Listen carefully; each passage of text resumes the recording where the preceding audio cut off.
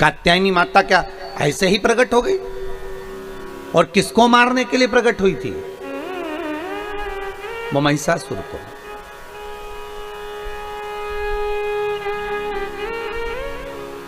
धनु राजा के दो पुत्र रंभ करम्ब। करम्ब चले गया संतान के लिए तप करते करते, पर उनके यहाँ संतान नहीं। रंभ को लगा कि मेरे भाई को मगर ने खा लिया। पानी में बैठकर हम दोनों भाई तप कर रहे थे और मेरे भाई को मगर ने खा लिया, तो क्यों ना अब मैं ये तप बंद कर मैं चारों तरफ से अग्नि लगाकर उस अग्नि के मध्य में बैठकर तप करूं। और रंभ उस अग्नि में बैठकर तप करते हैं और भगवान ब्रह्मा प्रकट होकर कहते हैं वर मांगो, तुम्हें चाहिए क्या? तो वो रंभ कहते हैं कि मुझे वर ये दे दीजिए कि मेरे घर में संतान नहीं, औलाद नहीं, बस इतनी कृपा कर दीजिए कि मेरे घर में संतान हो जाए। ब्रह्मा जी ने वर दे दिया। जब तुम तप कर कर उठोगे, उठकर तुम जैसे जाओगे और जिसको भी तुम प्रेम से, करुणा से, वात्सल्यता से, स्नेह से जिसको भी देख लोगे, उसी के द्वारा तुम्हारी औलाद हो जाएगी, उसी के द्वारा तुम्हारा बच्चा हो जाएगा। तुम जिसको स्नेह से देख लोगे, जिसको प्रेम से देख लोगे, बस उसी के द्वारा तुम्हारा बच्चा हो जाएगा। रंभ को वर मिल गया कि तुम जिसको प्रेम से देख लोगे उसी के द्वारा तुम्हें संतान हो जाएगी। बस प्रेम।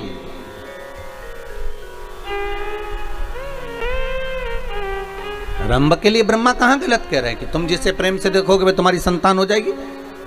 और जैसे ही रंभ उठा, सामने से एक महिष निकल कर जा रही थी, एक भैंस निकल कर जा रही थी, और रंभ ने उसी भैंस को, उसी महिष को प्रेम से देख लिया।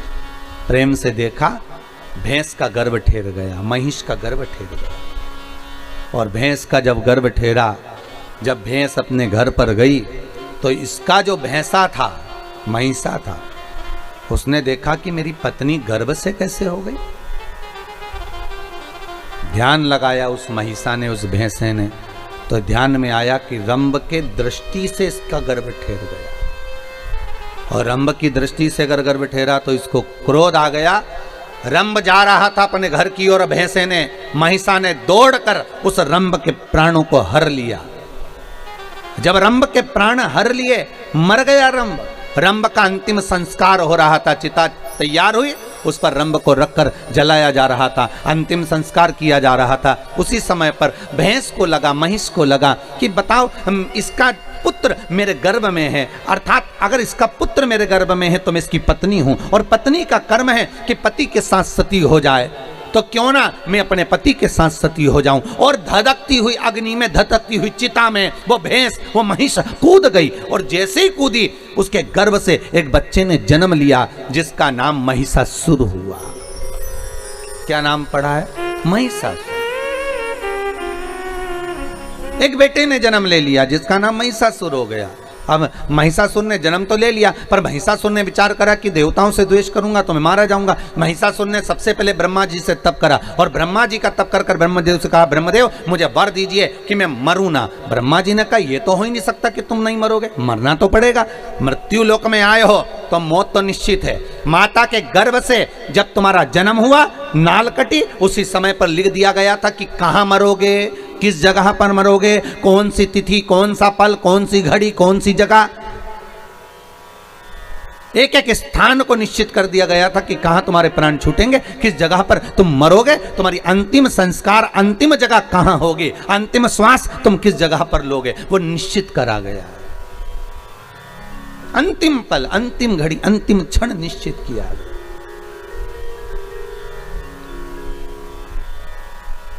इसलिए शायद कबीरदास जी कहते हैं, गुरु की करनी गुरु भरेगा, चेला की करनी चेला उड़ जाएगा हंस अकेला। जिसके कर्म का भोग जिसको भोगना।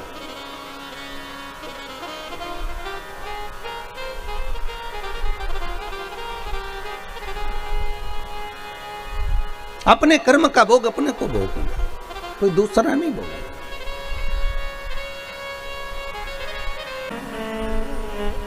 भगवान भूत भावन भूतेश्वर शिव की कथा कर रही है। ब्रह्मा से वर मांगा गया कि आप हमें वर दे दीजिए। तथास्तु ब्रह्मदेव कहते हैं, मांगिए क्या चाहिए। बस मैं मरूं ना। तो ब्रह्मा जी कहे ये तो हो ही नहीं सकता, मृत्यु निश्चित है, वो मरना तो पड़ेगा, मृत्यु निश्चित है, पर भय खाकर मत मरना।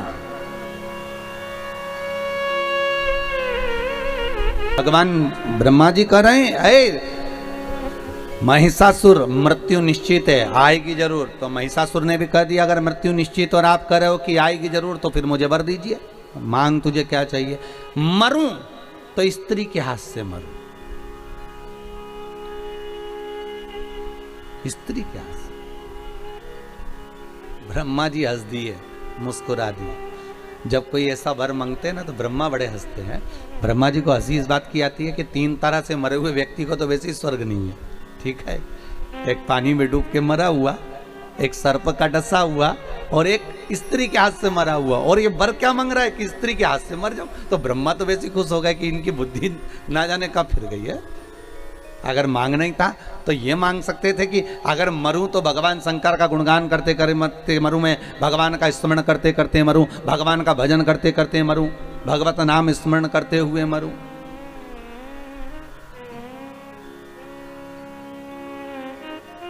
महिषासुर ब्रह्मदेव से वर मांग कर रहे हैं, ब्रह्मा जी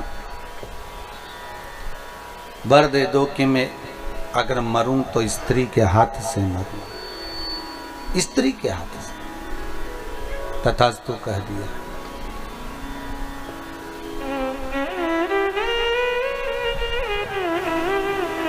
ठीक है,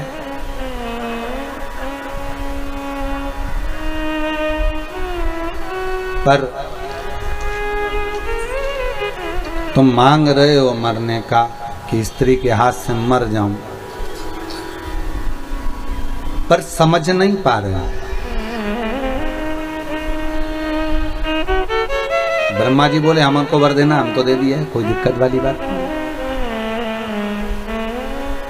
हमें देने में कोई दिक्कत नहीं है, हम तो वर दे देंगे, आशीर्वाद भी दे देंगे कि हाँ तथास्तु, और तुम्हें मिल भी जाएगा।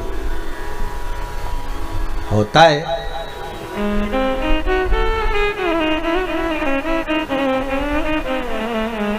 हमारा निवेदन पहले भी रहा, आज फिर कहते हैं, बेटे को कभी भी अपने माँ बाप से मांगना नहीं चाहिए। कब?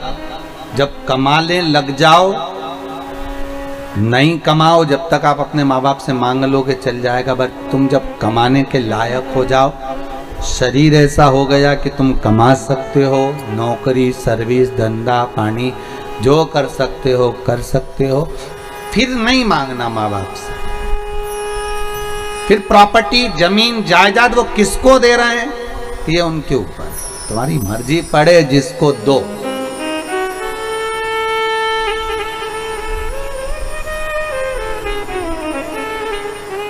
क्या चाहिए?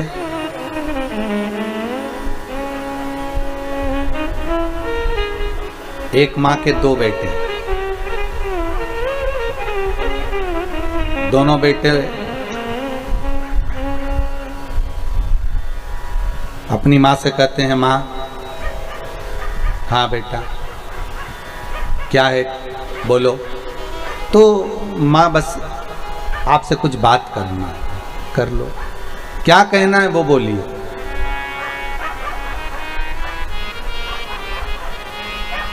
एक बेटा बोलता है माँ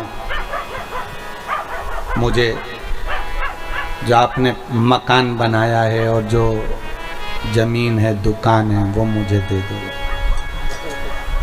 ठीक है ले जा, दे दिया। फिर एक बेटा आया,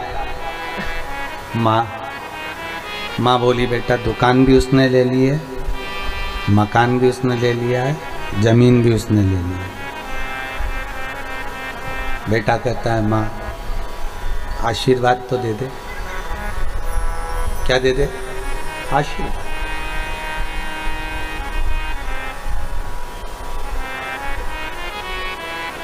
और तू मेरे साथ चल। माँ कहती है उसने जब जमीन ली, मकान लिया, दुकान ली, तब मैंने कह दिया था कि ये सब मेरा है, मेरे जीते जी मेरा रहेगा, मरने के बाद तेरा रहेगा। इसलिए पिता के प्राण भी उसी मकान में छूटे हैं, इसलिए मैं उसी मकान में रहना चाहती हूँ। मैं तेरे साथ नहीं जाऊँ, मैं उसी के साथ रहूँ। ठीक है माँ, आशीर्वाद तो दोगी, क्यों नहीं। तुझे कुछ नहीं मिला, पर ईमानदारी से कहती हूँ मेरी जिंदगी का जितना मैंने पुण्य करा होगा, जितने मैंने व्रत करे होंगे, जितना उपास करा होगा, उसका भाग मैं तुझे दे देती हूँ, आशीर्वाद देती हूँ। परिवार में झगड़ा हो गया, अभी तक साथ थे, अब वो भाई जिसके पास कुछ नहीं था वो निकल गया। माँ आँख से आंसू बहाती रही, मैं तुझे कुछ नहीं दे पाई। कुछ बात नहीं माँ, पैदा तो किया है ना तूने, दूध तो पिलाया है ना तूने, परवरिश तो तूने करी है ना माँ, कोई चिंता नहीं। बेटा चला गया, किसी के यहाँ नौकरी करी, होटल पर बर्तन मांजे, फिर धीरे धीरे धीरे धीरे कार्य करते करते करते करते आज सेठ जी से कहा, सेठ जी मेरे घर में बर्तन नहीं है, आपके इतने सारे बर्तन मांजता हूँ, क्या एक गिलास मुझे पानी पीने के लिए दे दोगे। हाँ ले जा। सेठ जी भी दयालु था, उसने कहा एक गिलास से क्या होगा, 2-3 गिलास ले जा, थोड़े से बर्तन अंदर काले काले से पड़े हैं, वो किसी काम नहीं आ रहे होटल में, उसमें से उठा कर ले जा, लेके आ मेरे पास दे देता हूँ। सेठ जी ने थोड़े बर्तन दे दिए, वो ले गया।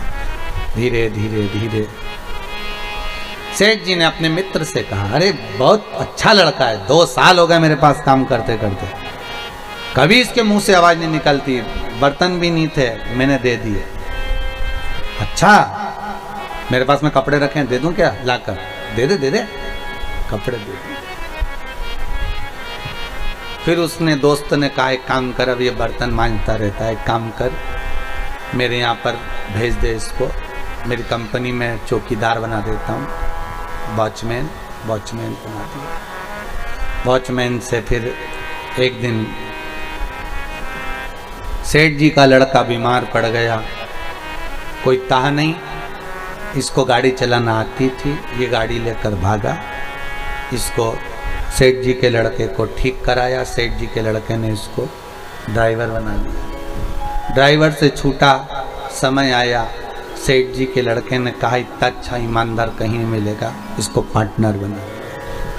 पार्टनर बनाते बनाते एक दिन सेठ जी के लड़के का एक्सीडेंट हो गया, मर गया, सेठ जी ने इसको अपना पुत्र बना लिया, 22 फैक्ट्रियों का मालिक बन गया। वो जिसको प्रॉपर्टी दी थी उसके लड़के ऐसे नालायक निकल गए कि एक दिन शेयर मार्केट खेलने के लिए दोस्तों के साथ बैठ गए, डब्बे में सब गोल करिया, और मालूम पड़े जो मकान था वो भी गिरवे रखा गया, जमीन थी वो भी गिरवे रखा गई, दुकान थी वो भी गिरवे रखा गई, और एक दिन सारा बर्बाद कर दिया। अब लोगों से पैसे उधार मांग मांग कर घर चल रहा है। माँ अपने प्राण त्याग कर जा चुकी थी, भाई अपनी जगह था, वो अपनी जगह था। ईमानदारी से बोलो, दौलत काम आई कि आशीर्वाद काम आया? आशीर्वाद काम आया। भगवान के दरवाजे पर जाकर कभी मत कहना कि मुझे 1 लाख दो, कि 5 लाख दो, कि 10 लाख दो, कि 10 करोड़ दो, कि 20 करोड़ दो। भगवान के चरणों में जाकर कभी मत कहना कि मुझे इतनी संपदा देना। भगवान ना जाने तुम्हारे लिए कितना सोच कर रखा होगा।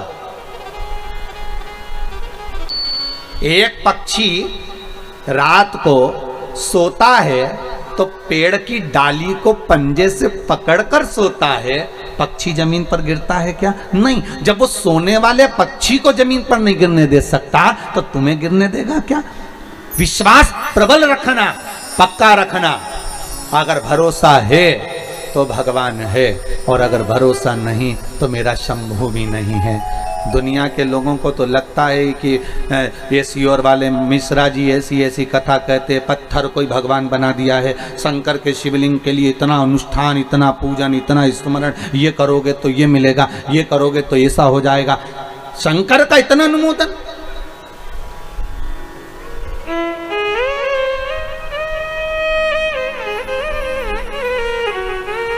कई कई लोगों को तो ये बात भी बुरी लगने लगी कि भाई इतना शंकर की पूजन करा रहे हैं और देवताओं को, हमारा नाम तो चल ही नहीं रहा, हमारा तो पूजन हो ही नहीं रहा, हमारा तो स्मरण, हमारा तो कहीं नाम ही खत्म होते जा रहा। तो कई लोगों को वो भी टेंशन है कि शंकर का उपासना, शिव का ही भजन, शंकर का अनुमोदन, शिव की करुणा, शंकर का अनुमोदन, शिव का भजन, बस यही है।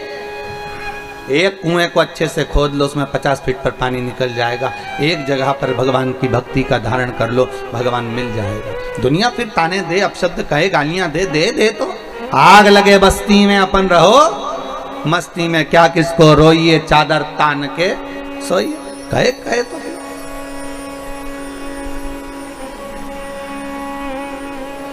बोलेंगे लोग, बोलने वाले बोलते रहे, मांग ले तुझे क्या, मरना है निश्चित है, मृत्यु आएगी पक्का है, पर स्त्री के हाथ से मरूंगा, ठीक है। वही समय आ गया, आया समय।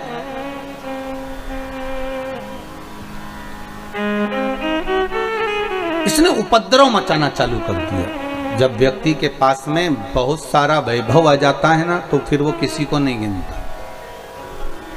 एक निवेदन रहा है, फिर करते हैं, घर में अगर धन आ जाए ना, नाव में अगर छेद हो गया, पानी भराने लगा, तो दोनों हाथों से उलीचकर पानी को बाहर फेंकते रहना, नहीं तो नाव उसी पानी के बोझ से डूब जाएगी।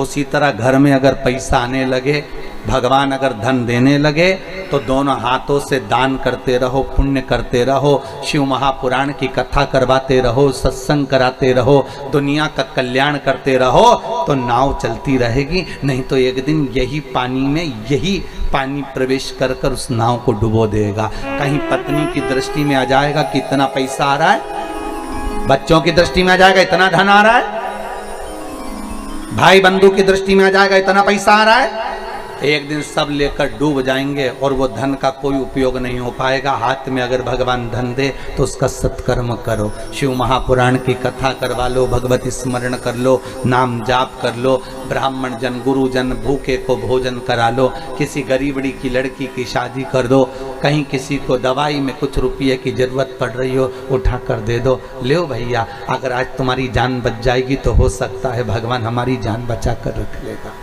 थोड़ा सहयोग करते थे।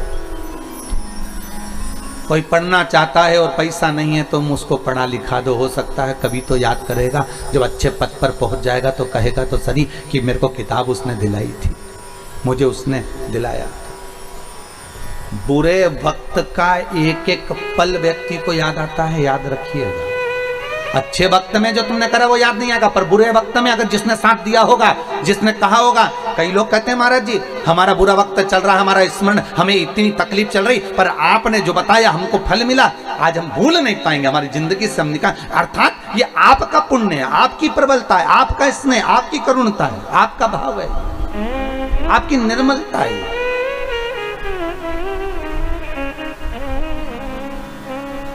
चित्तवृत्ति स्नेह है।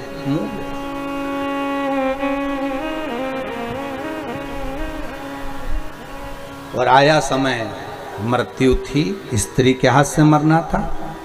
एक कत नामक ऋषि हुआ, क्या नाम था? कत। और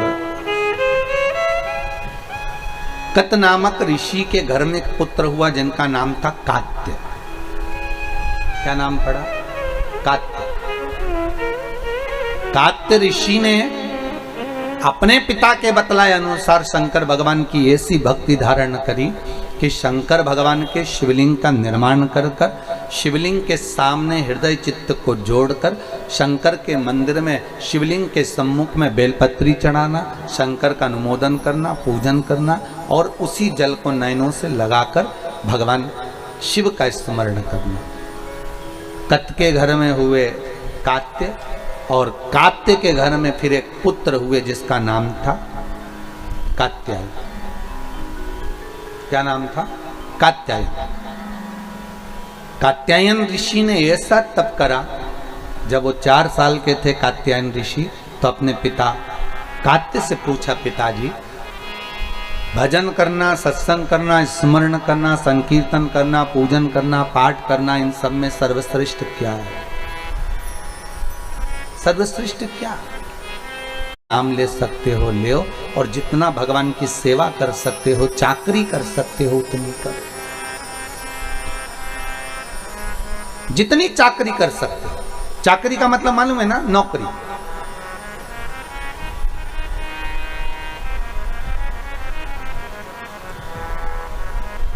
भगवान के मंदिर में भी अगर आप जा रहे हो तो ये भाव रखकर जाना कि हम सेठ जी के घर में नौकरी करने जा रहे हैं। थोड़ा झाड़ू लगा दिया, पोछा लगा दिया,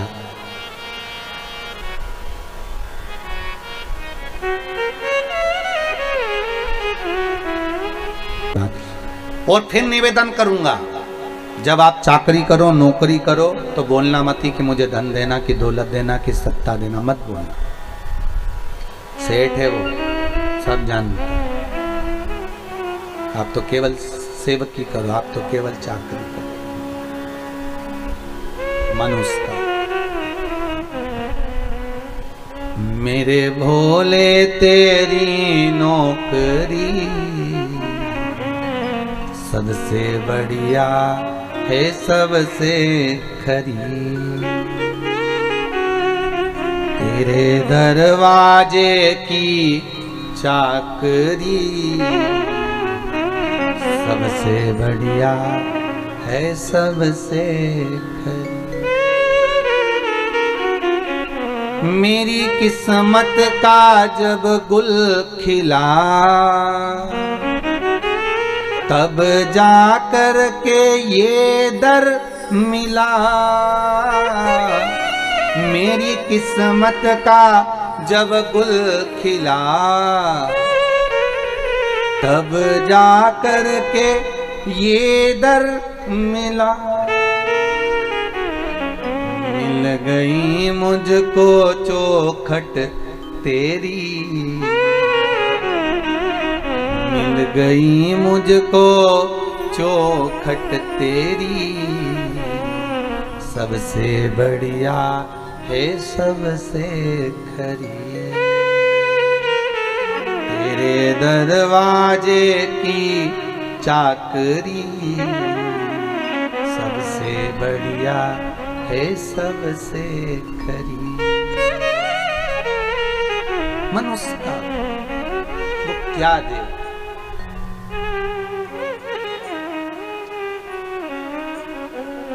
राजा मणिरत्न को देखो, कभी शंकर जी के मंदिर में नहीं गया, दरवाजे से निकलकर जाता था और हर हर महादेव बोलकर जाता था। क्या बोलकर जाता था? हर हर महादेव। राजा मणिरत्न दरवाजे पर से निकलकर मंदिर के अंदर नहीं जाता। तो रानी ने पूछा, तो मंदिर के अंदर क्यों नहीं जाते? तो मणिरत्न ने कहा, अगर अंदर जाऊंगा तो पंडित जी सेवा कर रहे होंगे। सेवा कर रहे होंगे तो क्या हुआ? पंडित जी सेवा कर रहे होंगे तो वो मेरे को देखेंगे तो सेवा छोड़ देंगे, क्योंकि मैं राजा, और राजा को देखकर सेवा छोड़ेंगे और मेरे सामने हाथ फैला कर कहेंगे महाराज हमको ऐसा दे दो। जब त्रिलोकी का नाथ त्रिकालदर्शी कैलाशी शंभू बैठा है और उसके सामने लोग मेरे हाथ जोड़े और मुझसे कहें कि मुझे ये दे दो, ये अच्छा नहीं लगेगा।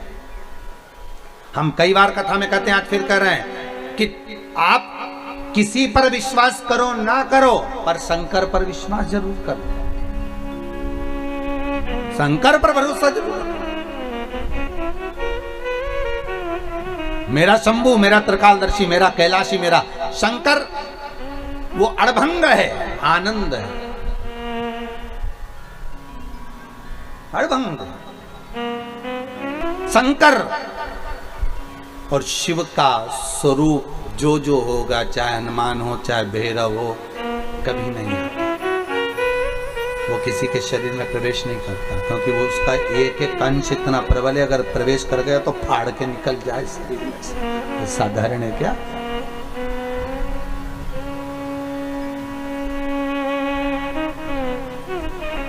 तो किसी ने पूछा ये क्यों नहीं आते? तो भक्त कहता है इनको आने की जरूरत ही नहीं, किसी के शरीर में ये खुद ही आ जाते। कोई बुलाए तो शरीर, ये शरीर में नहीं आते, ये खुद आ जाते हैं। हनुमान को अगर दिल से पुकारिए, थोड़ी देर बैठकर राम नाम का जाप करिए, हनुमान जी सामने आकर खड़े हो जाएंगे। शंकर का दिल से पुकारिए, एक लोटा पानी चढ़ाइए, शंकर जी सामने आकर खड़े हो जाएंगे। भैरव का स्मरण करो, थोड़ी देर दिल से पुकार लो, भैरव सामने आकर खड़े हो जाएंगे। शंकर के जितने स्वरूप हैं शिव सम्मुख में आ जाएगा। आप केवल दिल से 1 महीना, 1.5 महीना, 2 महीना उसकी चाकरी करो, उसकी आराधना करो, उससे विनय करो, उससे निवेदन करो। अरे ये भी जाने दो, कितनी सुंदर बात है साहब, वो भी देखिए। एक 27 साल का या 26 साल का लड़का था महाराज, अहमदाबाद का, नवीन भाई कर उसका नाम है। देखो उसके मकान का नंबर वगैरह हमारे यहाँ सीहोर में लिखा होगा।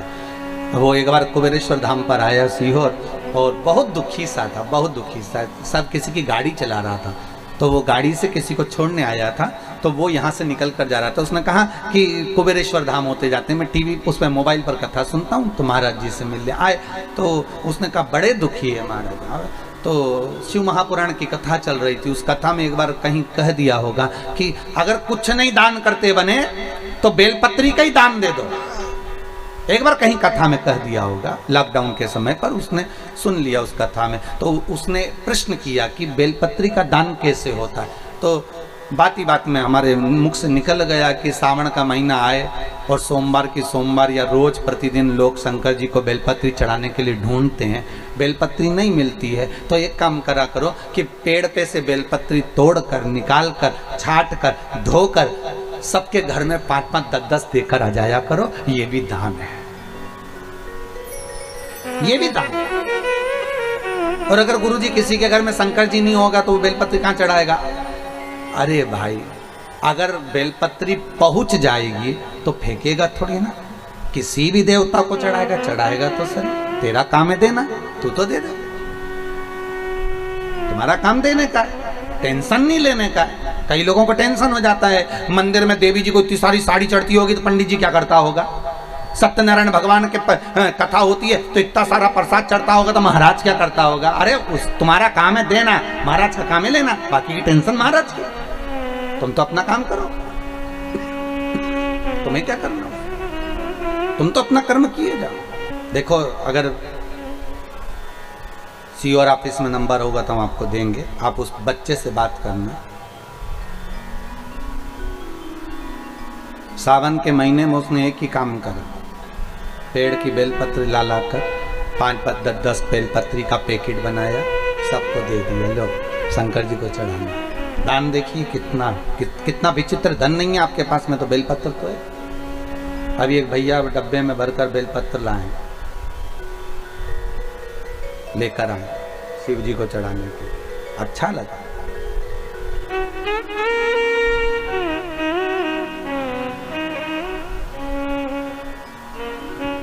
ये दान देखिए बेलपत्र। उस बच्चे से कभी मौका लगे और आपको नंबर मिलेगा तो हम प्रयास करेंगे नंबर देने का, उससे बात करना कि उस दान से उसको क्या फल मिले। पहले दूसरे की गाड़ी चलाता था, अब खुद की गाड़ी चला रहा है, स्वयं की।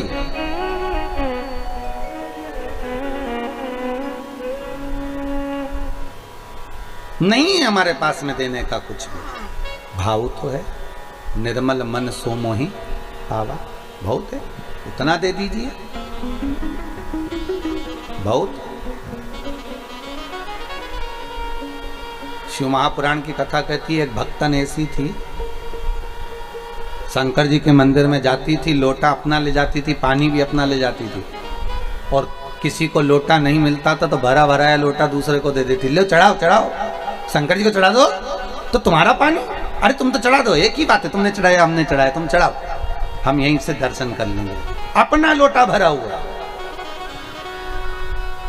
और नहीं तो आज के जमाने में लोग लड़ाई कर ले, हमारा लोटा क्यों उठाया, हम पानी लेकर आए थे, हमारा दूध रखा था, हमारा दही रखा था, तुमने क्यों भगवान को चढ़ाया, तुमने क्यों थाली उठाई, तुमने क्यों फूल चढ़ाया। पर उसने कह दिया उठाओ, ले चढ़ाओ। एक भक्तन ऐसी भी थी।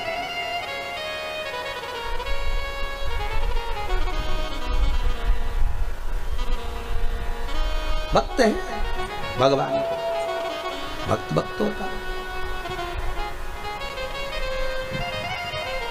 कात्यायन ऋषि ने पूछ लिया अपने पिता कात्य से, पिताजी मैं क्या भजन करूं कि मुझे भगवान का दर्शन हो जाए।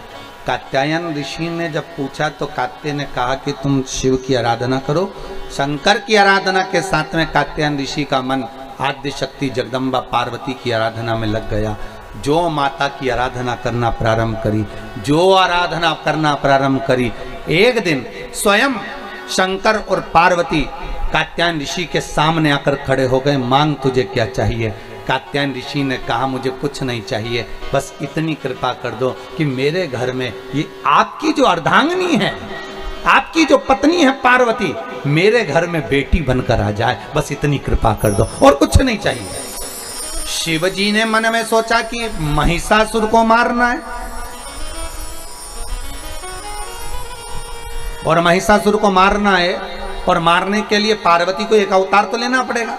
तो क्यों ना एक काम करते हैं कि कात्यायन ऋषि के घर में पार्वती का जन्म करा देते हैं, और जब पार्वती कात्यायनी बनकर जन्मेगी स्वयं मार देगी महिषासुर। पार्वती जी का एक नाम है, नवरात्र में छठा दिन। कौन सी माता? जम के बोलिए जरा। कात्यायनी माता। कौन सी माता है? कात्यायनी। और कात्यायन ऋषि के घर में माँ जगत जननी जगदम्बा पार्वती कात्यायनी बनकर प्रकट हो गई। कात्यायनी बनकर प्रगटी, थोड़ी अवस्था हुई, बड़ी हुई। पिता से पूछा, पिताजी मेरे प्रागट होने का कारण क्या है? तुम्हें महिषासुर का संहार करना। ठीक है।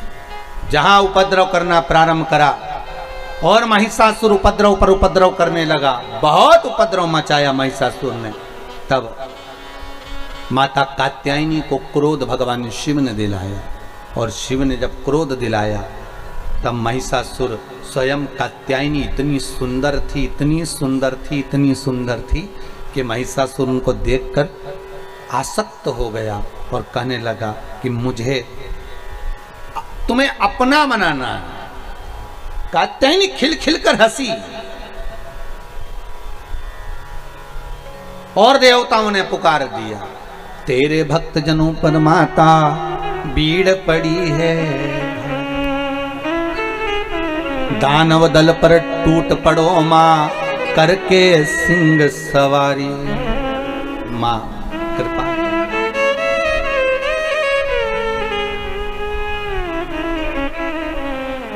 और सो सिंहों से तू बलशाली, अष्ट हो जाऊं बाली, दुखियों के दुखड़ेनी वार ओ मैया।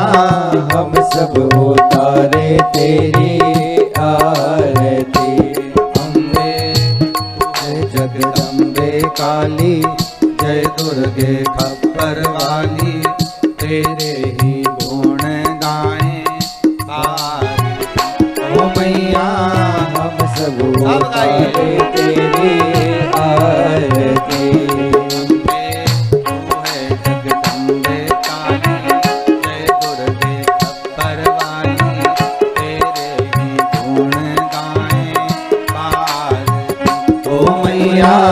हम सब उतारे तेरी आरती।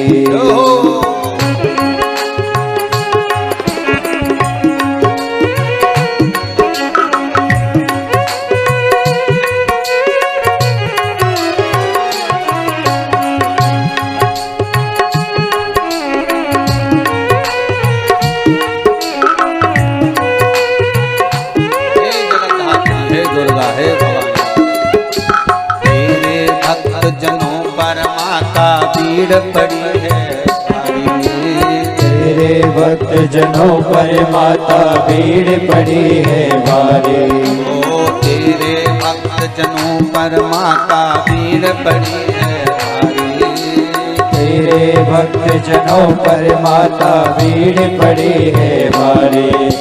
दानव दल पर टूट पड़ो माँ, दानव दल पर टूट पड़ो माँ करके सिंह सवारी।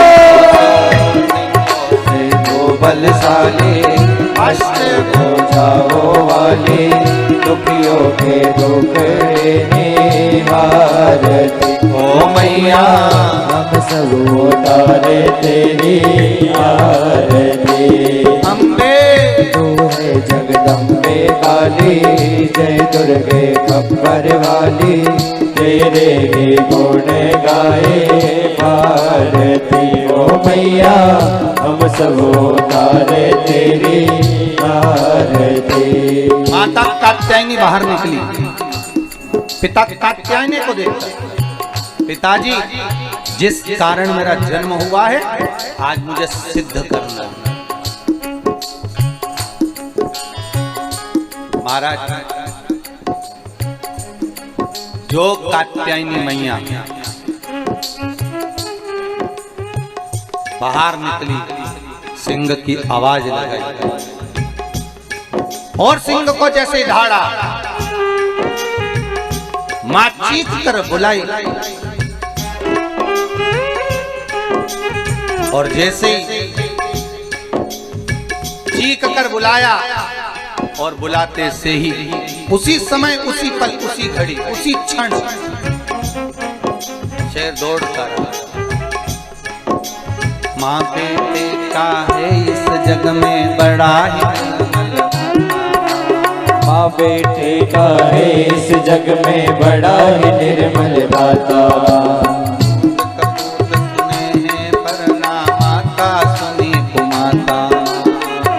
कपूत सुने हैं वरना माता सुने को माता। सब पे करुणा दर्शाने वाली, अमृत बरसाने वाली, दुखियों के दुखड़े ओ मैया हम सब उतारे तेरी आरती। अम्बे तो है जगदम्बे काली, जय दुर्गे अपर वाली, तेरे ही गुण गाए भारती। ओ मैया हम सब उतारे तेरी आरती। माता ने सिंह से कहा, सिंह मैं तेरे ऊपर चढ़ूंगी और जब महिषासुर सामने आए ये मुझ में डूबा रहेगा, मुझे पाना चाहता है और उस समय पर तू कूद पड़ना, भैंसे पर सिंह तू चढ़ जाना और भैंसे पर सिंह तू चढ़ना, और जब भैंसे पर सिंह तू चढ़ जाएगा और मैं त्रिशूल लेकर जब महिषासुर की छाती में मारूंगी तब महिषासुर के प्राण छूट जाएंगे। और दौड़ पड़ी मां,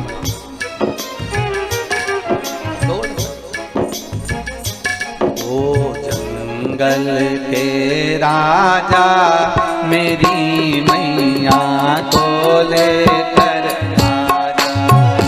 ओ जंगल के राजा मेरी मैया को लेकर आजा।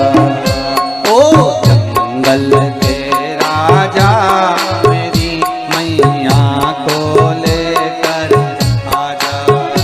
ओ जंगल के राजा मेरी मैया को लेकर आजा। मैंने हलवा पूरी बनाई, मैंने हलवा पूरी बनाई, मैंने माता की जोत जगाई, मैंने माता की जोत जलाई। आके मुझको दरस दिखा जा।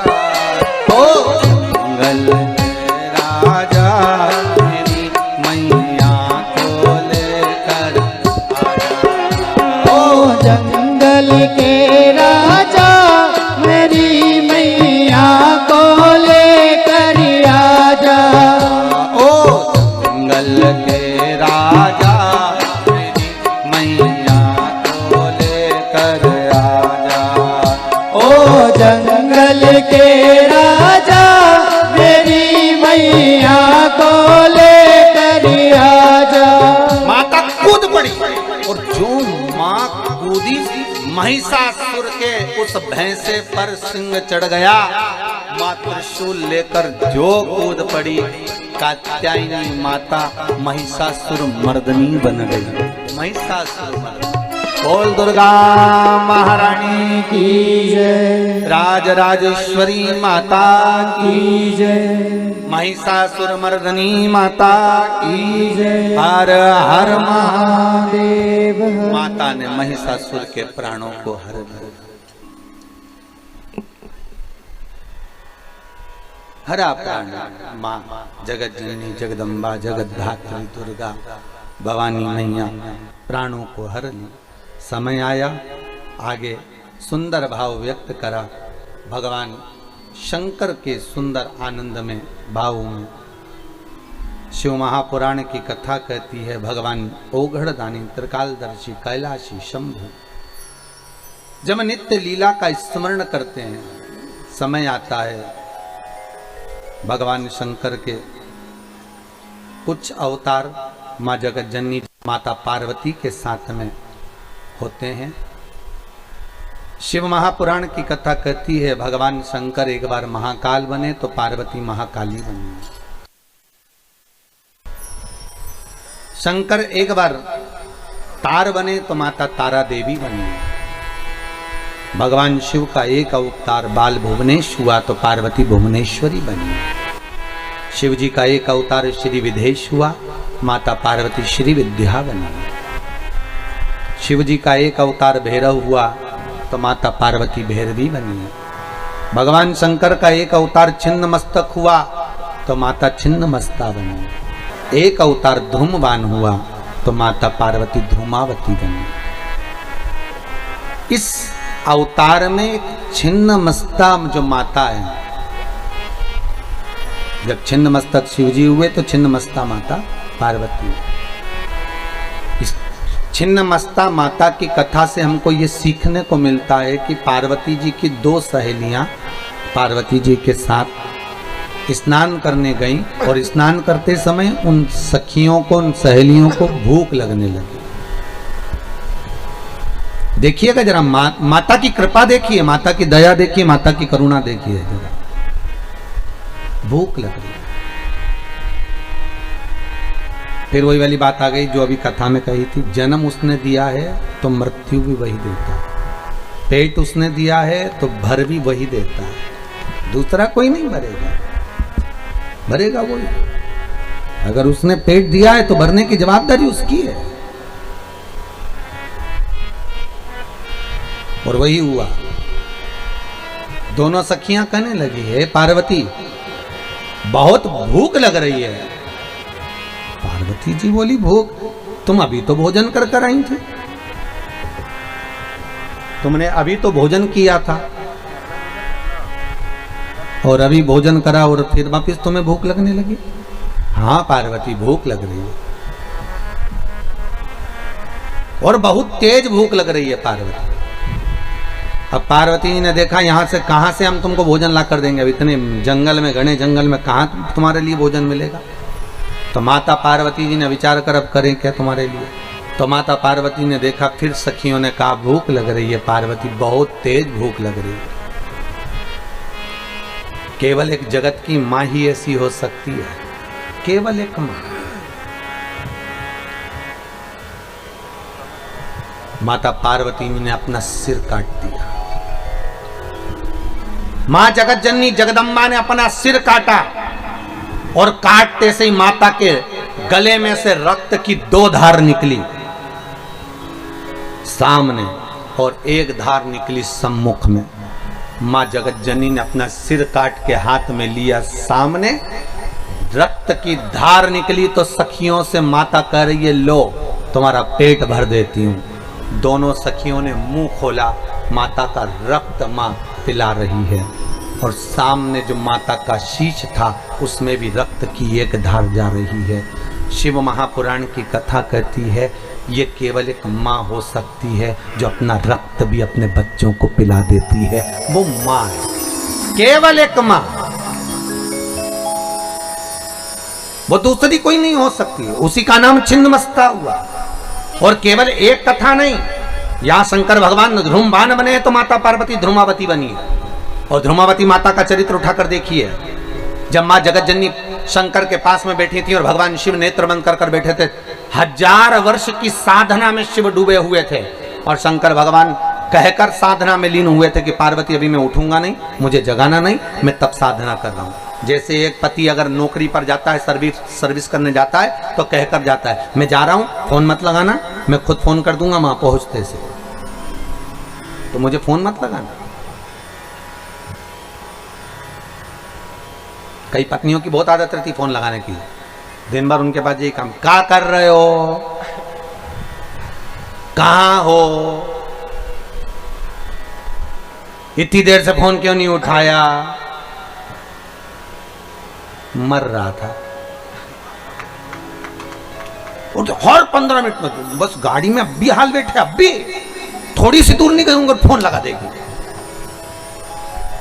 कहाँ हो। और पति कहते जहन्नुम में, तो बेचारा अब भी बैठा गाड़ी में, अब भी गया है, थोड़ी तो सबर खा। अब भी बोल के गया कि मैं जा रही हूं, पांव पड़ के गया दिल्ली का, जा।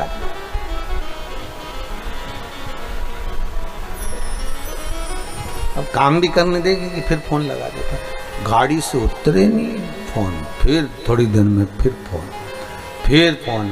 बेचारा इतना दुखी हो जाए कि आखिरी में उसको फोन को भी वो कौन सा मोड होता, फ्लाइट मोड पे डाल के रखना पड़ेगा, तो बंद कर दे इसको, तो जान थोड़ी देर बंद कर।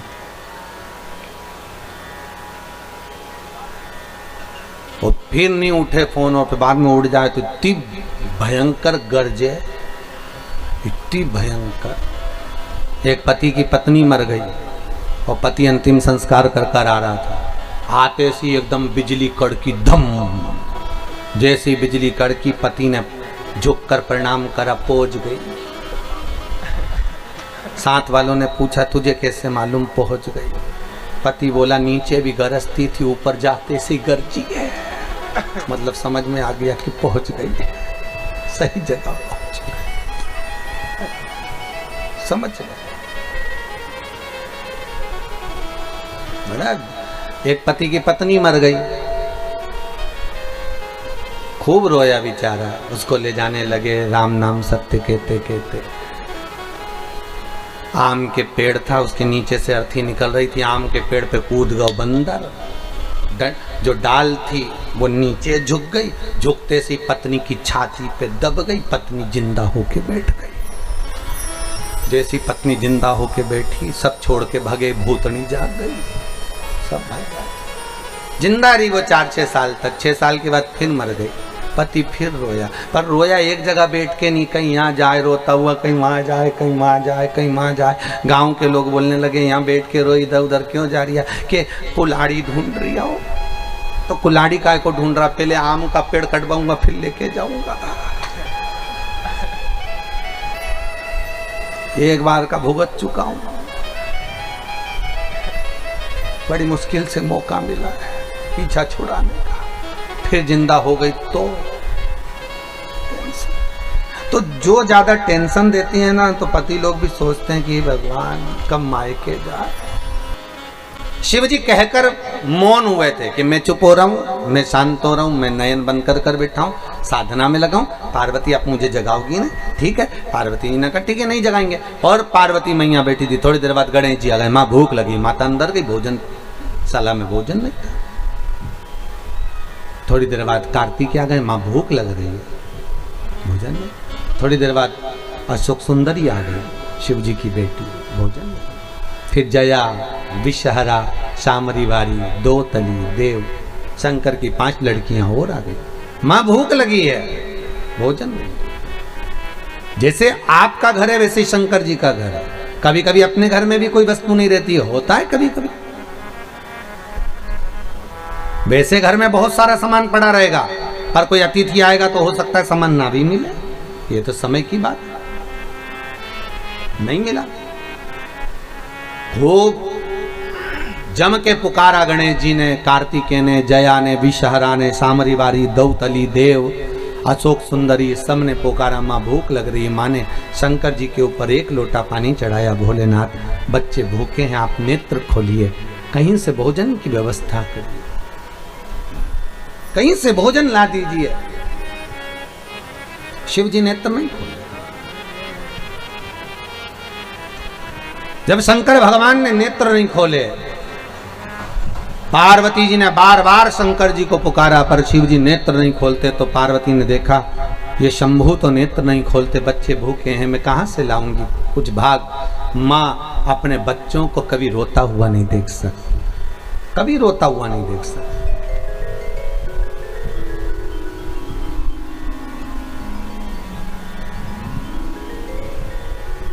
शिव जी को फिर चरण धोए, शंकर नहीं जागे।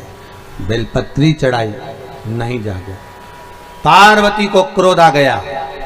शंकर भगवान को उठाया पार्वती ने, और पार्वती ने उठाकर शिव जी को मुख में निगल लिया।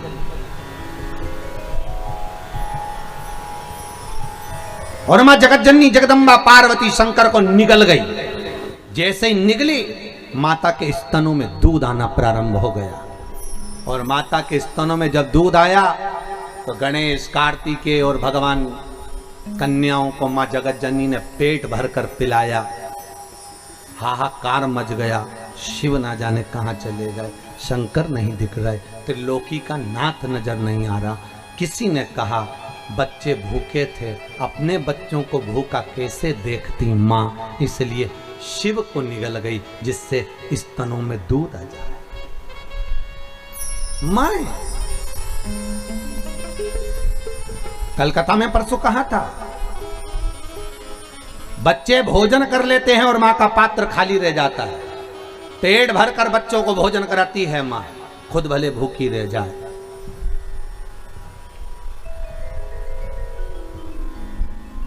खुद भले भूखी रह जाए। भाव कहा है, माई के दुधवन जैसन कऊ मिठाई ना मिलई।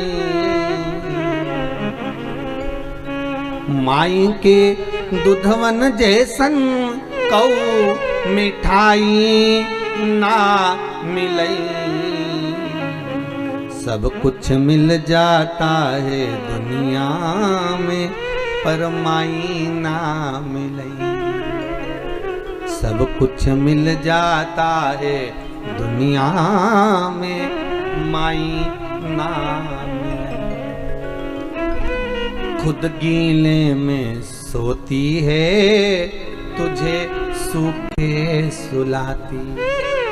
खुद भूखी रह जाती है, तुझे निवला खिलाती। माई के आशीष जैसन, माई के आशीष जैसन कऊ आशीष ना मिलई। सब कुछ मिल जाता है दुनिया में, माई ना मिलई। सब कुछ मिल जाता है दुनिया में, पर माई ना। सब कुछ मिल सकता है पर मां नहीं मिलेगी। मां नहीं मिल सकती।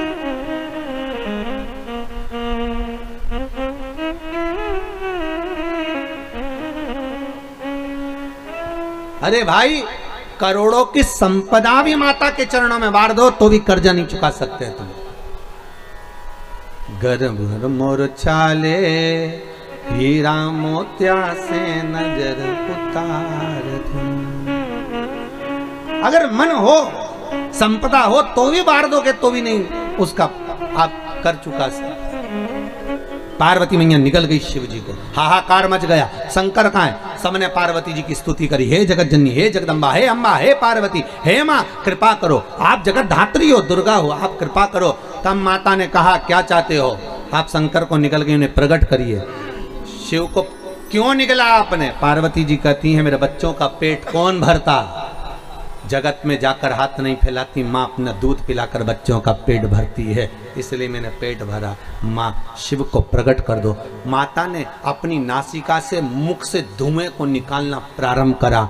शंकर भगवान ध्रुमवान बनकर प्रगटे, पार्वती मैया ध्रुमावती बन गई। माँ पार्वती का एक नाम हो गया ध्रुमावती और शिव जी बन गए ध्रुमवान। 10 अवतार में शंकर जी के पार्वती के साथ ध्रुमावना और ध्रुमावती का अवतार है। भगवान शिव ने कहा पार्वती तुम थोड़ी देर के लिए मुझे निकल गई थी, इसलिए तुम ध्रुमावती अगर बनी हो तो तुम बेधव्य रूप में पूजाओगी। पूरे भारत की भूमि पर केवल एक मूर्ति है ध्रुमावती की, वो भी दतिया और झांसी।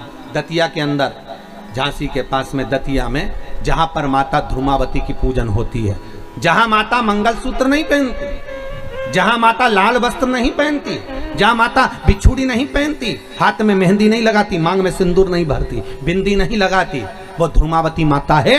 भगवान शिव ने कहा पार्वती तुम थोड़ी देर के लिए मुझे निकल गई थी, इसलिए वेदव्य के वेश में पूजी जाओगी, इसलिए ध्रुमावती माता वैधव्यवती के रूप में पूजी जाती है। इसलिए वहां पर सुहागन स्त्री अंदर प्रवेश नहीं करती। वहां लिखा हुआ है, आप लोग कभी दतिया गए हो दर्शन करने के लिए, झांसी के पास कभी दतिया जाएंगे तो वहां पर लिखा हुआ है ये ध्रुमावती का दरबार है, यहाँ पर सौभाग्यवती नारी अंदर नहीं आ सकती, वहां पर्दा डाला रहता है, गेट बंद रहता है, वहां केवल पुरुष ही दर्शन करते हैं।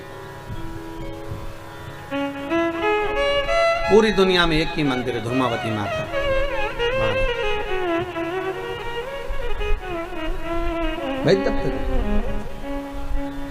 अपने बच्चों के लिए मां क्या ना कर दे,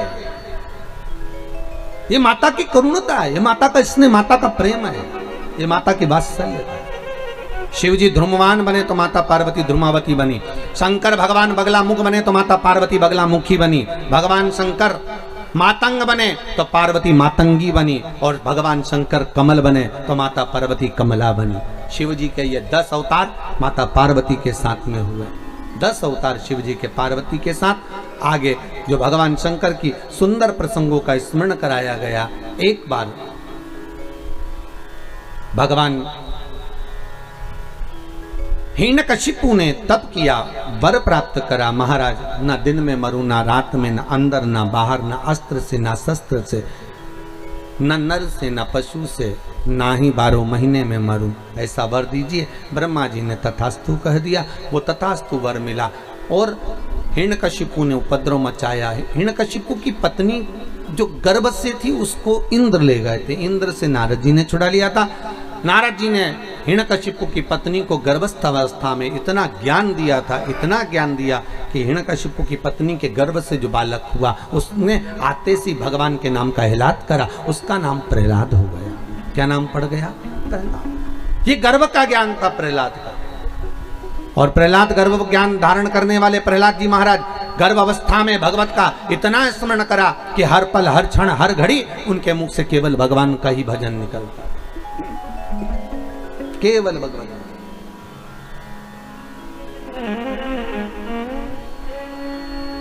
हर पल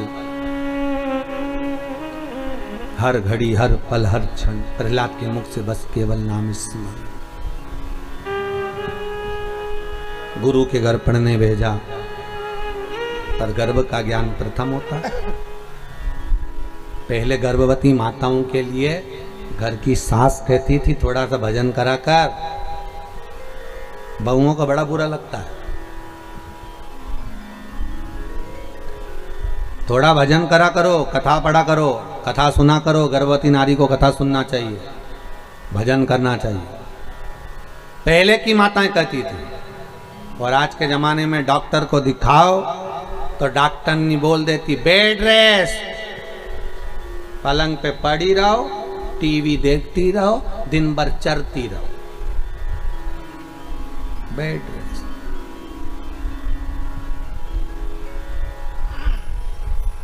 खूब चरो, किसी की मत सुनो, और पलंग पे दिन भर टीवी देखो। और टीवी देख देख के, नाटक देख देख के गर्भ में जो बच्चा था उसने इतने नाटक देखे तो औलाद भी ऐसी नौटंकी पैदा हुई, ऐसी नाटक करने वाली औलाद पैदा हुई। गोदी में रखो तो चुप, नीचे छोड़ो तो पे पे करे, ऐसी कई कई बूढ़ी बूढ़ी माताएं भी फिर कह देती है, कहने में कोई मान चूके क्या, माताएं कह देती है हमारे भी 5-5 6-6 बच्चे थे री बेटा, खिला दे पिला दे पटक देते खेलते रहते, पर गजब की औलाद पैदा करी जगदम्बा, तू नहीं पैदा करी, तेरे बराबर किसी ने नहीं पैदा करी ऐसी औलाद। राम सास उन भी हाथ पैर जोड़ लेती, ऐसी औलाद के तो तुम ही संभालो, सास के सारा काम में कर लूं पर औलाद तुम ही संभालो तुम्हारी, क्योंकि नाटक देख के पैदा हुई है ना। पहले सास से पूछे उसकी औलाद कैसे हुई थी तो क्या भगवत भजन कर राम करते, तुलसी जी में पानी डालते, भगवान का भजन करते, संत आते उनकी सेवा करते, ब्राह्मण आते, गुरुजन आते, भोजन करते, उनके लिए भोजन बनाते, रोज भगवत चर्चा करते। हमारी सास भगवान का भजन करती, स्मरण करती। और सास जब हम गर्भ में रखते बच्चों को तो सास हमसे ज्यादा काम कराती, जाओ झाड़ू लगाओ, पोछा लगाओ, चक्की करो, ये करो, वो करो, तो संतान भी नॉर्मल जन्म लेती। और आज के ज़माने में बेड रेस्ट करते करते टीवी देख देख के औलाद पैदा हुई। आखिरी में डॉक्टर ने कह दिया सीजर ऑपरेशन होगा, ऑपरेशन से ही बच्चा होगा। बड़ा विचित्र जमाना हो गया। सीजर के बिना कोई आता नहीं है, वेंटिलेटर के बिना कोई जाता नहीं है। बड़ा गजब का जमाना हुआ। ऑपरेशन के बिना आएंगे नहीं और वेंटिलेटर के बिना जाएंगे नहीं। बड़ा विचित्र। पहले के जमाने में मरना भी सस्ता था और पैदा होना भी सस्ता था, पैसा ही नहीं लगता था। पैदा होने में भी पैसा नहीं लगता था और मरने में भी पैसा नहीं लगता था। आज के जमाने में दोनों में पैसा लगता है। पैदा हुए ऑपरेशन से तो पैसा लग गया 25-50 हजार रुपए, और मरे तो फिर वो वेंटिलेटर का खर्चा तो हमें मालूम ही होगा, 1-1.25 लाख 1.5 लाख तो हो ही जाता है। फिर मरने पे भी खर्चा होगा।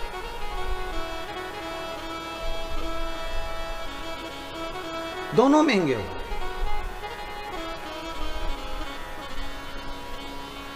और अगर डॉक्टर को नहीं दिखाओ और अम्मा का कहना मान के रह जाओ तो पत्नियां पति के प्राण खा जाए। तुम तो पैसे जोड़ जोड़ के मर जाओ, हमारी तबीयत खराब, तुम तुम्हारी अम्मा के कहने पे चल रहा है, हमें डॉक्टर तक को नहीं दिखा रहा, तो बेचारा गाड़ी पे बिठा के ले गया, बुलेट पे चल ले जाऊं, दिखाया। जब डॉक्टर के दिखा दिया, सुख चैन मिल गया, सुख चैन। कोई पूछ रहा था, गुरुजी बच्चों को इतनी बीमारी हो जाती है ना, जरा जरा से बच्चों को कभी सर्दी हो रही, कभी बुखार आ रहा, कभी सांस चल रही, कभी कुछ हो रहा, इतने बच्चे बीमार होते हैं। पहले तो होते ही नहीं थे। हमने कहा पहले बच्चे जन्म लेते थे दादी के घर में, नानी के घर में। बच्चे जहां पैदा होते हैं उसको उस जगह से लगाव होता है, उस जगह से लगा। नहीं तो ये जो कथा हो रही है मुंबई में हो जाती, पर ये जिस जगह में पैदा हुए उस जगह से लगाव होता है। बच्चे दादी के घर में पैदा हुए तो दादी से प्रेम होता है, नानी के घर में पैदा होते तो नानी से प्रेम होता है। तो जहां प्रेम होता है बच्चे दौड़ दौड़ के वहीं जाते। इसलिए पहले के जमाने में बच्चे दादी के घर दौड़ दौड़ के जाते थे, नानी के घर दौड़ दौड़ के चले जाते थे। आज के जमाने में बच्चे हॉस्पिटल में पैदा होते तो डॉक्टर सिस्टर से प्रेम बहुत होता है, इसलिए हर 15 दिन में लेके जाना पड़ता है। ये तो प्रेम की बात है, ले जाओ उनको दिखाने। और जैसे ही डॉक्टर की सीढ़ी पे चढ़े वो बच्चा ठीक, तुम देखना, अच्छा ना दवाई ना भाई, डॉक्टर ने हाथ लगाया ना उतनी देर में बीमारी अच्छी हो जाती है, उतनी देर में बस। क्योंकि पैसा लगना है ना, वो पैसा लगा और तुम क्लीन हुए, तुम बढ़िया हुए, हो जाए। अब प्रहलाद जी महाराज ने खूब सत्संग भजन करा, कीर्तन करा, स्मरण करा, नाम जाप करा, इतना करा, खोलते तेल में डलवा दिया, अग्नि में पटकवा दिया, पर कुछ जाको राखे साइया मार सके ना कोई नहीं। अंत में पूछ लिया, क्या इस खंबे में तेरा भगवान? हाँ। शाम का समय था, गदा का प्रहार करा, खंबा टूट के नीचे गिरा, नरसिंह भगवान प्रकट हो गए। जैसे ही नरसिंह भगवान प्रकट हुए, हिरण्यकशिपु को पकड़ कर ले गए। ना नीचे मरे, ना ऊपर मरे, ना अस्त्र से मरे, ना शस्त्र से मरे, ना दिन में मरे, ना रात में मरे, ना नर से मरे, ना पशु से मरे, ना ही 12 महीने में मरे। भगवान नरसिंह बनकर प्रगटे, हिरण्यकशिपु को फाड़ दिया, हाथों को निकाल कर धारण कर लिया। हिरण्यकशिपु जैसे ही मरा, प्राण छूटे, नरसिंह भगवान आनंद कर गए। देवताओं ने पुष्पों की वृष्टि कर, आनंद समाहित हो गए। पर यहां तक की कथा तो भागवत में आपने सुनी है, पर भागवत के अलावा नरसिंह भगवान की कथा यहाँ क्यों लिखी गई, उसका एक कारण था। भगवान नरसिंह को इतना क्रोध आया कि जहां जाते थे वहां तोड़ फोड़ कर कर जाते थे। बैकुंठ में गए तो बैकुंठ को तोड़िया है, ब्रह्मलोक में गए तो ब्रह्मा जी भग गए, इंद्रलोक में गए तो इंद्र जी भग गए, सारे सिंहासन तोड़ देते, सामान तोड़ देते। इतना क्रोध नरसिंह भगवान को भरा हुआ था, इतना क्रोध भरा था। सारे देवताओं ने जाकर भगवान शंकर के चरणों में निवेदन करा, हे शंकर, हे त्रिकालदर्शी, हे कैलाश, बाबा कृपा करो, हे भोलेनाथ करुणा करो। सारे देवता खड़े हैं, शंकर भगवान पार्वती के साथ, नंदी भृंगी श्रृंगी, गले में सर्प, सब विराजमान, और बाबा की स्तुति। हे ये देवताओं ने स्तुति करी, शंकर भगवान कृपा करिए, ये नरसिंह भगवान का क्रोध शांत कर दीजिए। भगवान शंकर ने कहा मैं शरम्भ पक्षी का रूप धारण करूंगा, उड़ते हुए जाऊंगा, नरसिंह भगवान को उठाकर अलखनंदा में ले जाकर डाल दूंगा, उनका गुस्सा शांत हो जाएगा। भगवान शरम्भ पक्षी का रूप धर कर गए, शंकर भगवान ने शरम्भेश्वर महादेव बनकर गए और उड़कर नरसिंह भगवान को ले जाकर पंजे में पकड़कर ले जाकर अलखनंदा नदी में डाला, तब जाकर उनका क्रोध शांत हुआ। शिव जी का एक नाम हो गया शरम्भेश्वर महादेव। कौन सा नाम पड़ा? शरम्भेश्वर। बोल शरम्भेश्वर भगवान की जय। किसी के क्रोध को शांत करने के लिए शरम्भेश्वर महादेव का स्मरण किया, क्रोध शांत करना। कभी कभी ब्लड प्रेशर भी अगर ऊंचा जाता हो तो काली तिल्ली शरम्भेश्वर महादेव का नाम लेकर शिव जी पर चढ़ा देने पर भी ब्लड प्रेशर कंट्रोल में रहता, हाई नहीं हो। शरम्भेश्वर महादेव। अगर काली तिल्ली भी नहीं हो तो केवल शरम्भेश्वर महादेव की एक माला रोज प्रतिदिन कर लो तो भी ब्लड प्रेशर बीपी लेवल में रहता है महाराज। शरम्भेश्वर महादेव, भगवान शिव शरम्भेश्वर महादेव बने। आगे सुंदर व्याख्यान वर्णन आया श्री तुमरुका जी से। चंचुला देवी ने कहा कि वो 12 ज्योतिर्लिंग का स्मरण कराएं, जिसको सुनकर मेरे पति को मोक्ष पद प्राप्त हो। कथा श्रवण कराई। प्रथम नंबर पर सोमनाथ जी का व्याख्यान वर्णन किया। दक्ष प्रजापति का श्राप लगा था चंद्र को कि तुम एक पत्नी में स्नेह रखते हो, बाकी की पत्नियों को देखते तक नहीं, तुम्हारी काया छिन्न होगी। काया छिन्न हुई।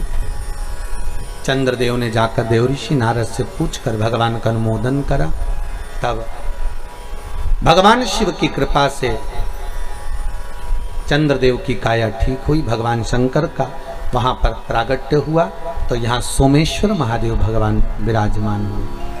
अगला वर्णन आया श्री मल्लिकार्जुन। कार्तिकेय बाबा रुष्ट होकर चले गए थे, जिनको मनाने के लिए माता पार्वती शिव ने जाकर मनाया श्रीशैलम पर। ये वही श्रीशैलम है जहां पर माता सरस्वती को शंकर भगवान ने नाट्य लीला का स्मरण कराया। कार्तिकेय जी को मनाया, वहीं पर भगवान मल्लिकार्जुन के रूप में विराजमान हुए। तीसरा वर्णन आया है महाकाल। दूषण नाम के राक्षस संहार भगवान शंकर करने के लिए पधारते, पर शिव जी ने देखा इसको वर है, ये 84 रूप रख सकता है। तो भगवान शंकर ने देवताओं से कहा, ब्राह्मणों अगर तुमको अपने बच्चों के प्राण बचाना है तो तुम्हें मेरी बहन को बुलाना पड़ेगा। शंकर जी की एक ही बहन थी जिसका नाम था क्षिप्रिया। क्या नाम था? क्षिप्रिया। शिव जी ने कहा अगर क्षिप्रिया आएगी तो मैं इस दूषण नाम के राक्षस को जब मारूंगा तो इसका रक्त पानी में गिरेगा तो रूप नहीं रख पाएगा। तो क्षिप्रिया को बुलाया। क्षिप्रिया श्रृंगार करने गई और क्षिप्रिया श्रृंगार कर कर पानी के रूप में आती। उससे पहले शंकर जी ने दूषण नाम के राक्षस को मारा, उसके 84 रूप हो गए। क्षिप्रिया नहीं आ पाई। क्षिप्रिया नहीं आई, देवताओं ने फिर आवाहन करा तो क्षिप्रिया पानी के रूप में बहकर छिपरा के रूप में आई और आते से ही भगवान शंकर के 84 खंड कर दिए। और 84 खंड भगवान शंकर के करे तो भगवान 84 रूप धारण कर कर दूषण नाम के राक्षस का संहार करे। पूरी भारत की भूमि में केवल उज्जैनी नगरी कैसी है, छिपरा का तट, जहां पर शंकर भगवान अपनी बहन क्षिप्रिया के साथ में विराजमान है और 84 रूप में विराजमान। 84 महादेव छिपरा के तट पर विराजमान। भगवान कालों के काल महाकाल बने। अगला वर्णन आया ओमकारेश्वर। विंध्य नामक पर्वत के लिए भगवान ओम का नाद करते हुए स्मरण कराए। भगवान ओमकारेश्वर के रूप में विराजमान हुए। अगला वर्णन आता है श्री केदारनाथ जी। भगवान नर नारायण के कहने पर वहाँ पर विराजमान होते हैं, आशीर्वाद देते हैं। फिर अगला वर्णन आया भीमा शंकर। कुंभकर्ण की धर्म पत्नी करकटी के गर्भ से एक बेटे ने जन्म लिया जिसका नाम भीम था। उसको मालूम पड़ा कि मेरे पिता को देवताओं ने मारा, देवताओं से बदला लिया। भगवान शंकर की याचना देवताओं ने करी, तब जाकर भगवान शंकर आकर भीम का संहार करे। शिव जी का नाम भीमा शंकर हुआ। अगला वर्णन आया है काशी विश्वनाथ, जिनका चरित्र आपको पहले भी सुनाया। मनु शत्रुपा ने तत्कर कर शिव जी का आवाहन करा। शनि महाराज ने शिवलिंग की स्थापना करी। काशी में आकर भगवान विराजमान हुए विश्वनाथ बनकर। अगला वर्णन आया है त्र्यंबकेश्वर। गौतम बाबा पर गौ हत्या का दोष लगा। माता अहिल्या ने पुकारा भगवान ब्रह्मा विष्णु महेश को। भगवान 3 लिंग के रूप में विराजमान हुए, त्र्यंबकेश्वर के रूप में विराजित हुए, गौ हत्या के दोष से मुक्त करा। अगला वर्णन आया है श्री वैद्यनाथ जी। रावण भगवान शिव को लेकर जा रहे थे, संध्या होने के कारण आदि कर्म करना था, शिव जी को भूमि पर रख दिया, उठे नहीं, भगवान वैद्यनाथ के रूप में विराजमान हो गए। अगला वर्णन आया है नागेश्वर। भगवान दारुक नाम के राक्षस का संहार करने के लिए भगवान नागेश्वर अंतर प्रकट हुए। अगला वर्णन आया है श्री रामेश्वर। राम जी महाराज लंका पर चढ़ाई करने से पहले शिवलिंग की स्थापना करते वही रामेश्वर शिवलिंग का निर्माण किया। अगला वर्णन आया है घृष्णेश्वर। सुधर्म नाम के ब्राह्मण की 2 धर्मपत्नी थी, सुदेहा और घूष्मा। घूष्मा के संतान हुई, सुदेहा को संतान नहीं हुई, तो घूष्मा का संतान सुदेहा को दे दी गई। सुदेहा ने उसको पाल पोस कर बड़ा करा, बच्चे का विवाह कर दिया। बहू आ गई, बहू को मालूम पड़ा कि मेरी असली सास तो घूष्मा है। सुदेहा को पूछना बंद कर दिया, घूष्मा को पूछने लगी। सुदेहा को बुरा लगा, सुदेहा ने अपने पुत्र के टुकड़े कर दिए, कपड़े में बांध कर तालाब में फेंक दिए। घूष्मा का नियम था, प्रतिदिन शंकर जी का शिवलिंग का निर्माण करती और तालाब में विसर्जन करने जाती। आज तालाब में विसर्जन करते समय घूष्मा को लगा मेरे पुत्र का मैंने दर्शन नहीं करा। मरा हुआ पुत्र तैरता हुआ बाहर निकल कर आ गया। घूष्मा के बेटे को भगवान शंकर ने जीवित करा, शिव जी का नाम कृष्णेश्वर महादेव हो गया। ऐसे ओघड़दानी त्रिकालदर्शी कैलाशी शिव के 12 ज्योतिर्लिंग के प्रसंग को जब सुना, प्रेत योनि से बिंदुक छूट गया। भगवान शंकर ने अपनी रुद्राक्ष की माला उतार कर तुमरुका जी को प्रदान कर दी, मस्तक की बेलपत्र उठाकर शिव पोथी को समर्पित कर दी। भगवान शंकर कहते हैं, तुमरुका जी आपने मुझे शिव महापुराण की कथा का रसास्वादन कराया है, आपने रसास्वादन कराया, मांगो तुम्हें क्या चाहिए। तुमरुका जी कहते हैं, बस भोलेनाथ इतनी कृपा कर दो, शिव महापुराण पर जितने दिन तक बेलपत्र चढ़े वो औषधि का काम करे, और विराम के दिन जब बेलपत्र चढ़े तो वो कुबेर का भंडार भरे, लक्ष्मी का भंडार भरे, ऐसी कृपा दृष्टि बनाकर रखी। भगवान ओघड़दानी त्रिकालदर्शी कैलाशी भूत भावन भूतेश्वर भगवान शंकर की ऐसी करुणा, ऐसी कृपा विश्वनाथ की। आज शिव महापुराण पर चढ़ी हुई बेलपत्र आप सब जो प्राप्त करेंगे वो लाल वस्त्र में आनंद से उसको संजो कर रखेंगे। बाबा कुबेर का भंडार भरने वाले, आनंद देने। अच्छा, एक ये महिषासुर की कथा से एक सीखने को भी मिलता है। क्या कितना सुंदर ब्रह्मा जी ने वर दिया कि तुम किसी को भी प्रेम से देख लोगे, उससे तुम्हारी संतान हो जाएगी, उससे तुम्हारी औलाद हो जाएगी, उससे तुम्हारा बच्चा हो जाएगा। हो पर अगर समझने वाली बात हो तो कितना सुंदर है कि आप किसी को भी, एक गौ माता है, एक स्वान है, कुत्ता है, एक बिल्ली है, एक चूहा है, एक खरगोश है, हिरण है, किसी को भी, आप जीव को भी एक प्रेम के हाथ से सहला कर देखना। गौ माता को एक बार हाथ रख कर देखना, और प्रेम के हाथ से है। एक कुत्ते के बच्चे को भी आप प्रेम से सहला कर देखना, वो आपके पीछे पीछे दुम हिलाकर घूमेगा।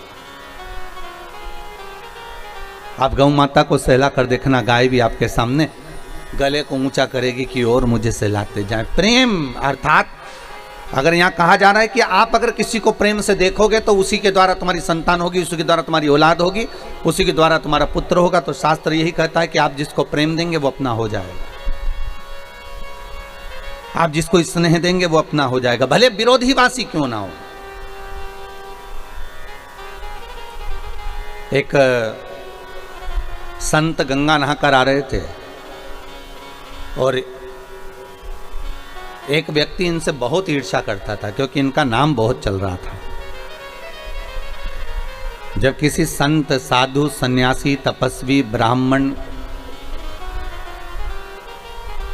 कोई कथाकार, कोई वक्ता, कोई ज्योतिषाचार्य, कोई श्रेष्ठ कर्मकांडी ब्राह्मण, कोई श्रेष्ठ विद्वज्जन, जब उसका खूब नाम चलने लगता है तो कुछ लोग ऐसे होते हैं जो उन पर उंगलियां उठाना प्रारंभ कर देते हैं। बेमतलब की फालतू बातों को ढूंढेंगे और उसको जगत में ले जाकर छोड़ेंगे कि कैसे ना कैसे इसके ऊपर गलत लांछन लगाया जाए। एक संत रोज गंगा नहा कर आते थे। इनका नाम सब दूर चल रहा था कि महाराज रोज गंगा नहाते हैं, गंगा जी का स्नान करते हैं, शिव जी की आराधना करते हैं, भगवान शंकर का गुणनवाद करते हैं, भगवान शंकर का अनुमोदन करते हैं। इनका नाम बहुत चला। अब इतना नाम चला, इतना नाम चला, तो इनसे जो जलने वाला था वो भी रोज मंदिर जाता था, वो भी रोज गुणगान गाता था, वो भी रोज स्मरण करता था, पर उसको कोई नाम नहीं चला, उसका कोई नाम का स्मरण नहीं हुआ, उसको कोई ने पूछा नहीं, उसका कोई स्मरण नहीं हो पाया, उसको लोगों ने ध्यान नहीं दिया, तो उसके मन में ईर्ष्या भरा गई। अब ईर्ष्या भरा गई तो वो पेड़ पर चढ़कर बैठ गया और खूब सारा पान खा के बैठा। अब संत जैसे गंगा नहा कर आए तो इसने ऊपर से थूक दिया संत पर। अब संत पर थूका तो संत बेचारे वापस गंगा नहाने चले गए। ये वापस आए नहा के, फिर इसने थूक दिया, फिर वो गंगा नहाने चले गए, फिर इसने थूक दिया, फिर वो गंगा नहाने चले गए। दूसरा कोई रास्ता नहीं था कि संत वहां से निकल जाए, रास्ता भी वही था, क्योंकि दूसरे रास्ते से स्त्रियां गंगा नहाने आती थी तो संत वहां जाते ही नहीं थे। संत जब जब निकलते ये पेड़ पर बैठा बैठा थूकता रहता। संत ने इसको झांका तक नहीं, देखा तक नहीं, क्योंकि ये थूकने वाले को क्या देखें, इसको देखकर करना क्या, इसको नहीं देखा। वो बार बार थूक रहा है, वो बार बार स्नान कर रहे हैं। आए, अब की बार जब वापिस आए तो जो ऊपर बैठकर थूक रहा था उसके मुख में पान का पीक, थूक सब समाप्त हो गया था। आकर चरण पकड़ लिए, गुरुदेव मैंने इतनी बार आपको थूका पर आपके मुख से कोई शब्द नहीं निकला। गुरुजी बोले तू मेरे पाँव मत पकड़, आज मुझे एक मौका दे दे कि मैं तेरे चरण पकड़ लूं। गुरुदेव आप मेरे चरण, मैंने आप पर थूका है, मैंने आप पर अपशब्द कहे हैं, मैंने थूका है आप पर और आप मेरे पांव पड़ना चाहते हैं। गुरुजी बोले, संत बोले भाई देख, रोज गंगा की एक डुबकी लगाकर चले जाता था, पर आज तेरी ऐसी करुणा हो गई, कृपा हो गई कि 108 बार डुबकी लग गई। तेरी कृपा हुई है, ये दूसरा कोई नहीं कर सकता। तू थूकता रहा, मैं गंगा नहाता रहा, रोज एक गंगा की डुबकी लगाता था, आज 108 बार डुबकी लग गई, ये तेरी कृपा ही तो है। उसकी आंख में आंसू भर गए कि संत संत होता है, साधु साधु होता है, सन्यासी सन्यासी होता है, तपस्वी तपस्वी होता है, विद्वान विद्वान होता है।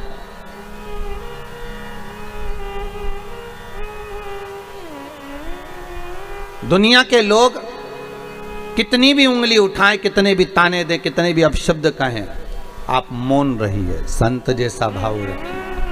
आपकी निर्मल चादर, निर्मल भीतर से निर्मलता का भाव होना चाहिए, भाव शुद्ध होगा, भगवान मिल जाएगा, मिलेगा वो। भगवान को नहीं आने का सबसे बड़ा कारण एक होता है कि हम दुनिया के लोगों में गलती बहुत देखते हैं। जब हमारी दूसरे में हम गलती देखेंगे, मतलब ये पक्का है कि अपने भीतर भी कोई गलती होगी। भगवान कृष्ण ने दुर्योधन से कहा कि इस दुनिया का सबसे अच्छा व्यक्ति ढूंढ कर लिया, पूरे हस्तिनापुर में जो सबसे बेकार व्यक्ति हो, सबसे अच्छा व्यक्ति हो, तो उसको लेकर आ। और युधिष्ठिर से कहा है पूरे हस्तिनापुर में, पूरे विश्व में जो सबसे बुरा व्यक्ति हो तो उसको छाट कर लेकर आ।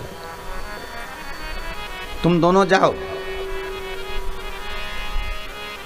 दुर्योधन अच्छे व्यक्ति को ढूंढने जा रहा है और युधिष्ठिर बुरे व्यक्ति को ढूंढने के लिए जा रहा है।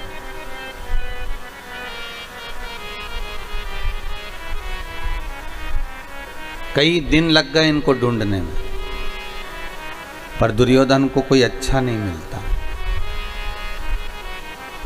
दुर्योधन किसी को भी अगर देखता है ना तो उसमें पहले गलतियां देख लेता है। दुर्योधन अगर किसी से मिलता है तो उसमें गलती ढूंढ लेता है। युधिष्ठिर को बुरा नहीं मिला, क्योंकि युधिष्ठिर जिससे भी मिलता है ना उसमें कुछ ना कुछ अच्छा ही देख लेता है।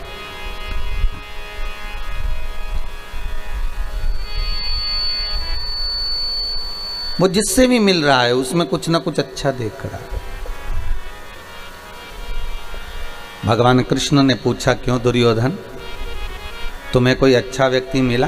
दुर्योधन बोला महाराज पूरी पृथ्वी पर कोई अच्छा नहीं है, सब बेकार, सब बेकार है, एक भी अच्छा नहीं है। और युधिष्ठिर से पूछा तुम्हें कोई बुरा मिला?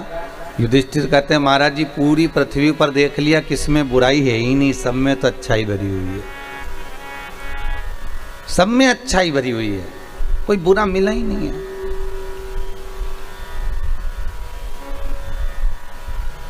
अर्थात भगवान कृष्ण कहते हैं बस यही जीवन है। दुर्योधन को बुरा ही मिल रहा है, अच्छा कोई नहीं मिलता, क्योंकि उसके भीतर इतनी बुराई भरी हुई है, इतना कपट भरा हुआ है, इतना छल भरा हुआ है, इतनी बेईमानी भरी हुई है कि उसको सामने वाला व्यक्ति बुरा ही नजर आएगा।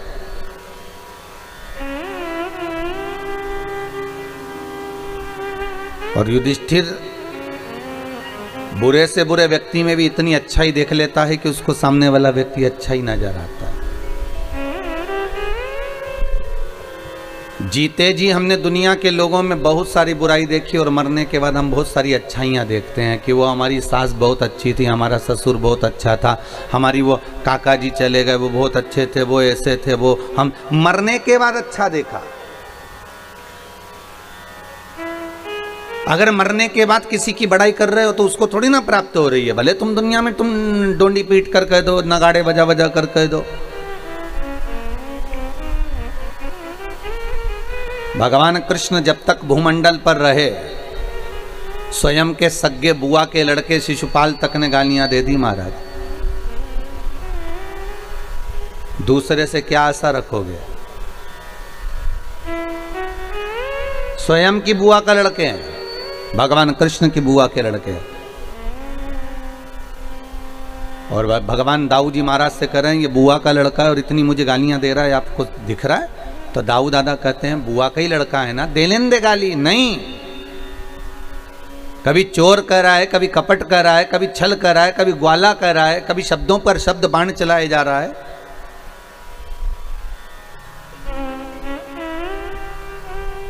तू क्यों चिंता करता है कन्हैया, बोलने दे। कन्हैया कहते हैं नहीं, दुनिया में दूसरे अगर व्यक्ति कोई उंगली उठाए, दूसरा व्यक्ति अपशब्द कहे, दूसरा व्यक्ति ताने दे, दूसरा व्यक्ति गालियां दे, चल जाएगा, पर कोई अपना ही जो अपनों से जुड़ा हुआ है, वो अपना ही जब उंगली उठाता है, अपना ही व्यक्ति जब ताने देता है, अपना ही व्यक्ति जब गालियां देता है, अपना ही व्यक्ति जब अपशब्द कहता है, तो बड़ा बुरा लगता है। मेरे कृष्ण कह रहे हैं,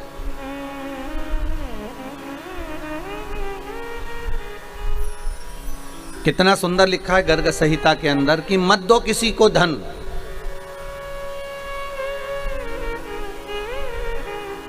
गर्ग संहिता में लिखा है मत दो किसी को दौलत, मत दो किसी को प्रॉपर्टी,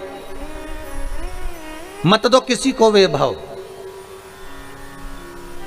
गर्ग संहिता में लिखा है कि मत दो किसी को वस्त्र, मत दो किसी को आभूषण, मत दो किसी को दौलत, मत दो किसी को धन, मत दो किसी को वैभव।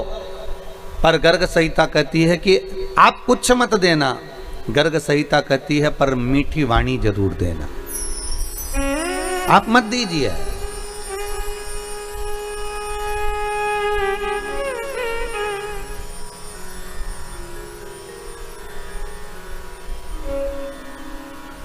एक मिठास से परिपूर्ण वाणी जरूर प्रदान करिए। क्या भगवान शंकर भक्तों के घर में ऐसी है जाते हैं? नहीं, निर्मल मन चाहिए।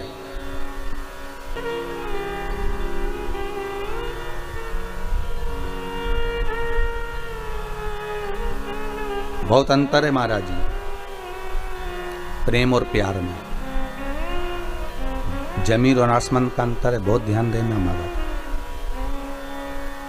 प्यार दिखावे का होता है, प्यार में खून और खच्चर होता है, प्यार में एक दूसरे को मारने के लिए तैयार हो जाते हैं, प्यार में बर्बाद होने को तैयार हो जाते हैं।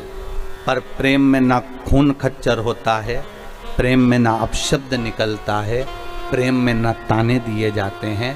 प्रेम केवल एक स्नेह का होता है, जैसे एक माता पिता का बच्चे से हो, एक करुणता का रहता है। जैसे राधा जी ने भगवान कृष्ण से पूछ लिया था कि ये बताओ ठाकुर, हे कृष्ण मैं कहां कहां पर हूं, बोलो। भगवान कृष्ण कहते हैं राधा तू मेरे नस नस में, राधा तू मेरे रोम रोम में, राधा तू मेरी धड़कनों में, राधा तू मेरे नयनों में, राधा तू मेरी जिह्वा में, राधा तू मेरी श्रवणता में, राधा तू मेरी रोमावली में, राधा तू मेरी धड़कनों में, राधा तू मेरी नस नस में है।